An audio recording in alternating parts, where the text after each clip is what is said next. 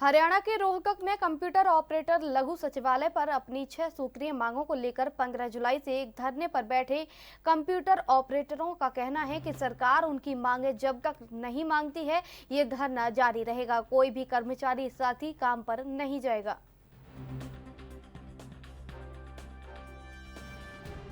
हमारी 6 सूत्री मांगे हैं जी, इनको लेकर हम पिछली 15 जुलाई से हड़ताल पे हैं। सरकार हमारी कोई भी मांग मानने के लिए तैयार नहीं है, लेकिन हमने भी सरकार को क्लियर कर दिया, जब तक सरकार हमारी मांगे नहीं मानेगी हम भी पीछे हटने वाले नहीं हैं। हम 15 तारीख से बैठे हैं जी, 15 जुलाई से आज 16वां दिन है और जब तक हमारी मांगे नहीं मानी जाएगी हम ऐसे ही बैठे रहेंगे। हम ये चाहते हैं कि भाई हम लोग जो लगे हुए हैं वो 20-20, 25-25 सालों से DITS के माध्यम से लगे हुए हैं।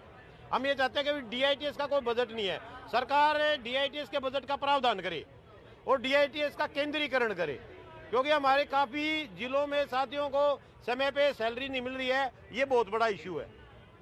सरकार से बात हुई है? सरकार की हमारे 3-4 दौर की बातचीत हो चुकी है, लेकिन अभी कोई संतोषजनक जवाब जो है सरकार की तरफ से नहीं आया है और ना ही हमारी वो मांग मानने के लिए तैयार है। हम ये चाहते हैं कि भी सरकार इतने साल की सर्विस को देखते हुए हमारी सेवाओं को नियमित करे, हमें पक्का रोजगार मुहैया करवाए।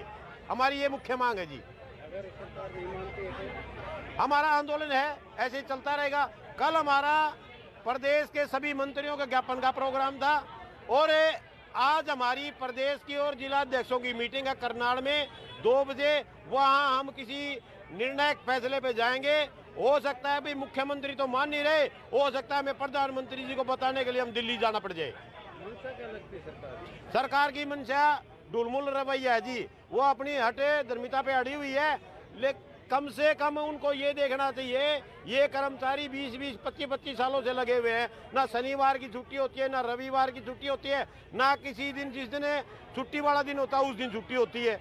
तो हम ये चाहते हैं कि भाई हमारा जो रोजगार है उसको आप सुरक्षित कर।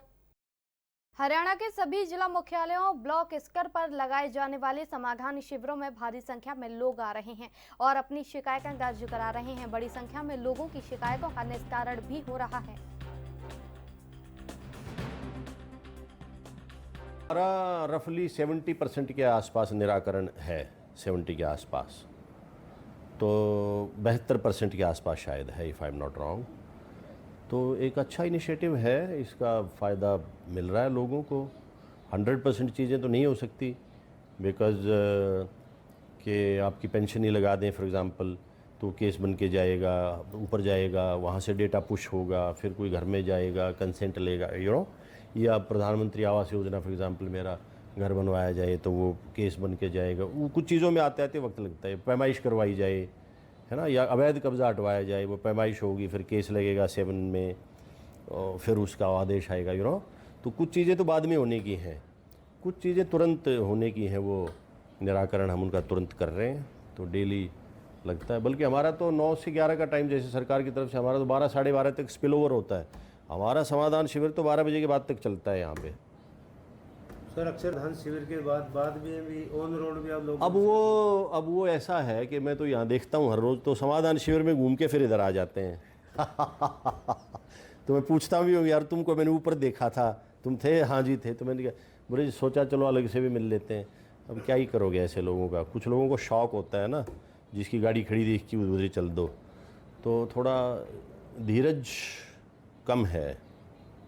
भी ऊपर घूम के आए हैं तो थोड़ा सा इंतजार। लार्जली तो इसमें एक तो PPP से रिलेटेड थी, इनकम वगैरह ठीक करना, और क्रेडिट वाली, और दूसरा जो सेवा वाला डिपार्टमेंट है पेंशन्स वाला, DSW और DW, वो थी, और तीसरी फिर कॉरपोरेशन से रिलेटेड कुछ थी, ID वाईडी से रिलेटेड।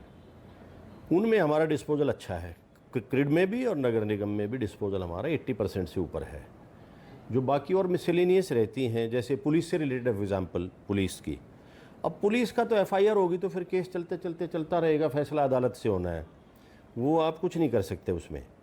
तो ऐसी चीज़ें भी हैं जो तुरंत एनएचएम कर्मचारियों ने अब मांगे न माने जाने पर हड़ताल का फैसला किया है। आपको बता दें, पहले कर्मचारियों ने सोमवार तक हड़ताल पर रहने का फैसला किया था। सरकार ने इनकी मांगे नहीं मानी। अब मांगे न माने जाने तक कर्मचारी हड़ताल पर रहेंगे। हड़ताल में एनएचएम के 350 कर्मचारी शामिल हैं।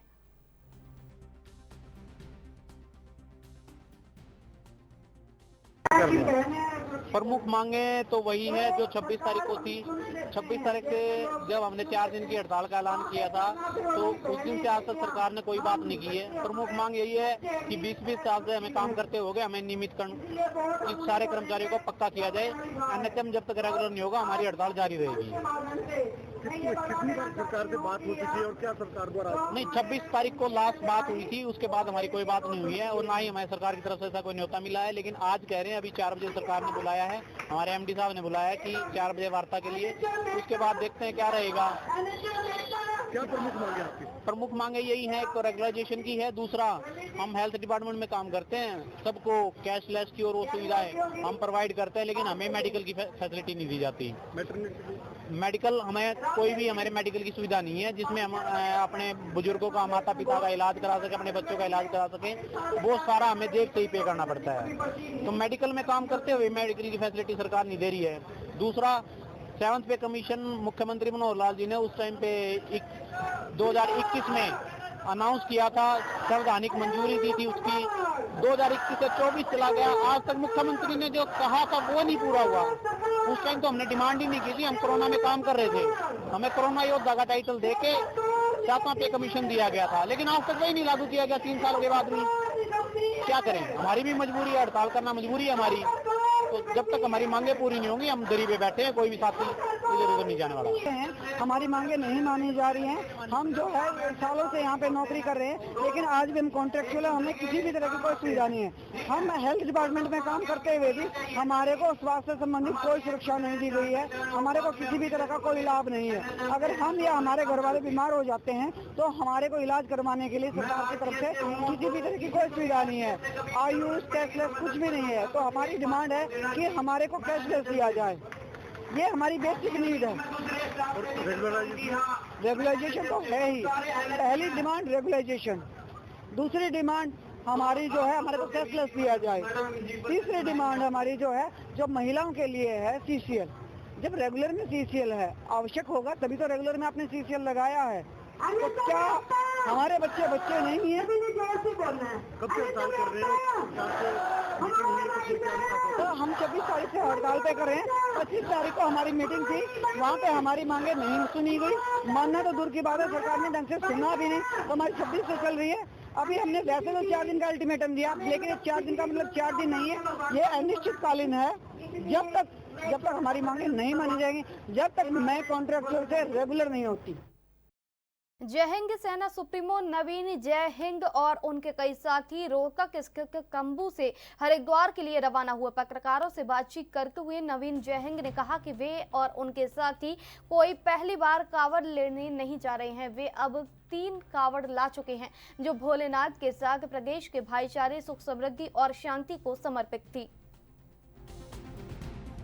कावड़ लेके आएंगे और इसमें सबसे महत्वपूर्ण बात यह है कि नौजवानों को एक अपील है, ये खासकर उन लोगों को जवाब देने के लिए कि जो कावड़ यात्रा को जो लोग पाखंड बताते हैं उनको इस तरीके से जवाब देना जरूरी है, क्योंकि 20 करोड़ लोग हरियाणा से ही अकेले करीब 20-25 लाख नौजवान कावड़ लेके आते हैं।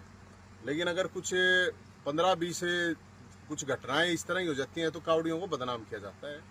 तो इसलिए मैं कावड़ियों से भी अपील करूंगा, सारे नौजवान भाइयों से, अगर आप लोगों को किसी तरह की तकलीफ नहीं है और सबको डिसिप्लिन में रहना है, और जब जल उठा रहे हैं तो नशे के खिलाफ और अपराध के खिलाफ भोलेनाथ से आशीर्वाद लेना है। और उससे पहले हमने बेरोजगारी के मुद्दे पर भी लेके आए थे, और इससे पहले भाईचारे के लिए 2018 में जब हम कावड़ लेके आए थे। तो ये कावड़ यात्रा सबके भले के लिए है और उनको सद्बुद्धि दे जो कावड़ यात्रा को पाखंड बताते हैं, खासकर उन लोगों को जो अपने एसी के कमरे से सामान्य कमरे में जाने तक में भी परेशानी समझते हैं और कई सौ किलोमीटर, 250, 300, 400, 500 किलोमीटर दूर से नौजवान चल लेके आते हैं। तो हमारा तो यही मैसेज है कि नौजवानों को नशे से, क्योंकि ये नशा और अपराध जो भी है ये सही नहीं है, समाज के लिए भी नहीं है और किसी व्यक्ति के भी लिए नहीं है। और ये मैं अपने अनुभव के हिसाब से बता रहा हूँ सबसे कि भाई सब डिसिप्लिन में रहे, भाईचारे से काम। दिल्ली में हुए राजेंद्र नगर कोचिंग सेंटर हादसे के बाद प्रदेश सरकार ने जांच के आदेश किए थे, जिसके चलते इंदौर के जिला प्रशासन की टीम ने कोचिंग संस्थानों की जांच की। एसडीएम और इंदौर नगर निगम फायर सेफ्टी ऑफिस मिलकर शहर के विभिन्न इलाकों में जांच कर रहे हैं।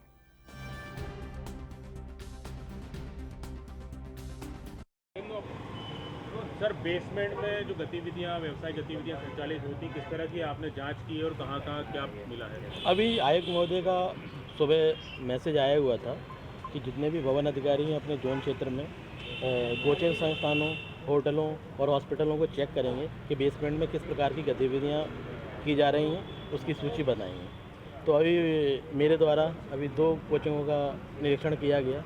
एक कल्पवृक्ष कोचिंग सेंटर है जो गीता भवन चौराहे पर है, और दूसरा अभी साउथ टोगंज में अभी रेजिडेंस पर ही है। तो यहाँ पर कल्पवृक्ष में देखा गया तो बेसमेंट में पार्किंग यूज़ हो रहा है, वहाँ पर किसी भी प्रकार का गतिविधि नहीं पाया गया। और अभी रेजिडेंस में जो अभी मैं आया था तो यहाँ पे देखा गया कि 3 रूम या 4 रूम है। तो इसमें इनका कहना है डायरेक्टर साहब का कि विगत 3 दिनों से हमने यहाँ पर बंद कर रखा है, तो उसकी भी जांच करेंगे और जो है नियमानुसार कार्रवाई करेंगे। तो आपने क्या सीसीटीवी फुटेज चेक किए यहाँ पर कि क्लास चालू थी? क्योंकि मीडिया जब पहुँची जब क्लास चालू थी। नहीं, अभी मैंने सीसीटीवी कैमरा नहीं देखा है। मैं तो जब आया तो यहाँ पर नीचे रूम खुला है तो खाली रिक्त पाया गया। तो किस तरह की कार्रवाई की जाएगी, क्योंकि क्लास तो बनी हुई नीचे?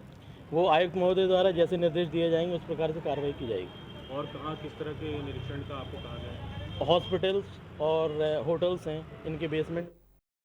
सीहोर जिले के बुगनी नगर में एक युवती उफनती नर्मदा नदी में पुल के नीचे कूद गई, जिसकी सूचना पर पुल पर तैनात एक रक्षक नर्मदा में नाव चला रहे केवट को दी गई, जिसने 3 किलोमीटर दूर नर्मदा घाट पर युवती को बचा लिया। नगर निरीक्षक चैन सिंह रघुवंशी ने बताया कि युवती बुगनी के वार्ड नंबर 15 की रहने वाली है।